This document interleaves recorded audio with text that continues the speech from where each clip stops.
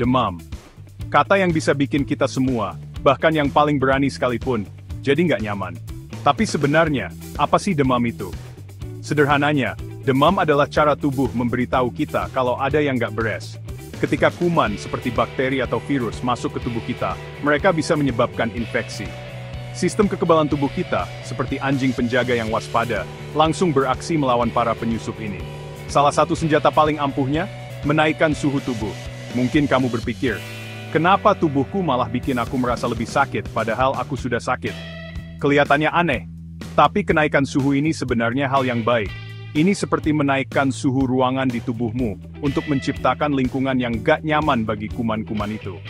Kenaikan suhu sedikit saja bisa memperlambat perkembangbiakan virus dan bakteri, memberi sistem kekebalan tubuhmu kesempatan untuk melawan. Bayangkan begini, kamu seorang tukang kebun, dan tubuhmu adalah kebun yang indah. Ketika hama datang, kamu mungkin akan pakai sedikit panas untuk mengusir mereka. Itulah yang dilakukan tubuhmu saat demam. Ini mekanisme pertahanan alami, tanda bahwa sistem kekebalan tubuhmu sedang bekerja keras melindungimu. Meskipun demam umumnya tanda baik bahwa tubuhmu sedang melawan, penting untuk diingat bahwa nggak semua demam sama. Demam ringan, yang suhunya di bawah 38 derajat Celcius, biasanya nggak perlu dikhawatirkan pada orang dewasa. Namun, demam tinggi, yang suhunya di atas 39,4 derajat Celcius pada orang dewasa, bisa jadi tanda infeksi yang lebih serius dan perlu penanganan dokter. Bayangkan sistem kekebalan tubuhmu sebagai pasukan tentara kecil, masing-masing punya tugas khusus untuk melindungi tubuhmu. Ketika ada penyerbu asing, seperti virus atau bakteri, masuk ke sistemmu, para tentara ini langsung beraksi. Garis pertahanan pertama terdiri dari sel darah putih, seperti neutrofil dan makrofag, yang bertindak seperti tentara infanteri, berpatroli di aliran darah dan jaringan, siap menelan dan menghancurkan patogen yang mereka temui. Ketika pasukan pertama ini bertemu musuh, mereka melepaskan sinyal kimia yang disebut sitokin. Anggap saja sitokin ini sebagai kurir sistem kekebalan tubuh, memberitahu sel-sel kekebalan lain tentang ancaman dan memanggil bala bantuan. Salah satu peran kunci sitokin ini adalah pergi ke otak, di mana mereka memicu hipotalamus, termostat internal tubuh, untuk menaikkan suhu tubuh. Kenaikan suhu ini bukan hanya respons pasif. Ini strategi aktif yang digunakan oleh sistem kekebalan tubuhmu.